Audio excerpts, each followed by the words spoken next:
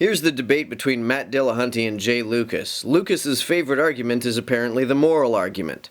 And every one of us has had the personal experience of our consciences testifying to us internally about the rightness of some actions and the wrongness of other actions. If anyone here tonight were to claim that he or she has never experienced a guilty conscience or has never felt morally vindicated when making a good choice, that person would be lying.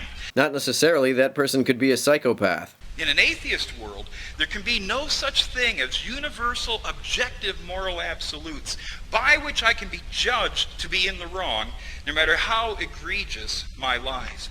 Even if there is a God who dictates a morality independent of all human individuals and cultures, there's no reason to believe that morality is objective. Even if there is a God who says, thou shalt do this and thou shalt not do that, what is the objective reason we ought to follow these prescriptions? Why, objectively, ought we do what Yahweh says? If your answer is because Yahweh says to, that's obviously circular. One argument I've heard from a few apologists, including Lucas, is that Yahweh created the universe and it's therefore his, and his rules therefore ought to be followed. Why? How does that logically follow? Generally, we grant people the freedom to do as they please with their property, but we place limitations on this, and even if we didn't, what is the objective reason we ought to respect a person's or a God's authority over his property? You have your morality, I have mine, and in my system, passing on an STD to an unwitting partner is acceptable because the pleasure I derive from unprotected sex.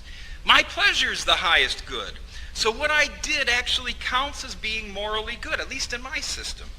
Now, how would you respond? My response would be, I'm not fucking you again. Now, if in another society they choose not to grant those rights, that's okay? Is it okay? I would say no. Why is it wrong? How would you differentiate? Why can't one society choose one set of rights and another society totally reject those rights? What would be your standard for saying one society has it better than the other? Asking whether that's okay is kind of a dirty trick, because if Matt were to say that's okay, it would sound like he personally approves of it. I don't think there's any objective standard which dictates what rights people have, but I will still fight for certain freedoms and entitlements to be respected. Sure, so you're looking for what is the objective standard for absolute morality, essentially? No, but in connection with rights. Well, I think they're all intertwined. The rights and freedoms and things, these are all the same question. Okay, so... I mean, I can answer it. I don't know if you want me to go on with that or not. No, okay, that'll be okay. But, so just what you've said here is that there is no such thing as an inherent right to life. Rights are simply granted by what? Now, who grants them? A government, a society? We do, the society. Now, any right that there is granted under that method can also be revoked. Yes. Okay. And does that concern you at all? Of course. Even if there is a God who dictates what people's rights are, I would still be concerned about what rights are or are not enshrined into law. It's not like if there's a God, I'm going to be okay with the First Amendment being repealed. Well, there's a huge difference. The difference being between a creature and a creator.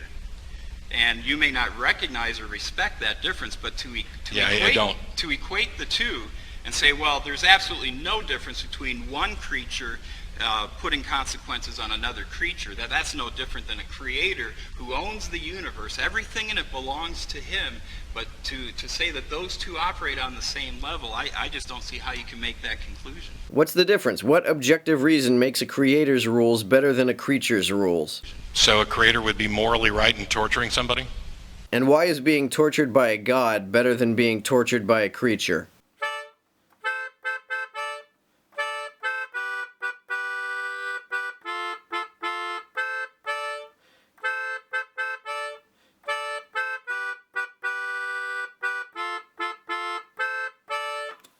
Thanks again for helping me out on Patreon.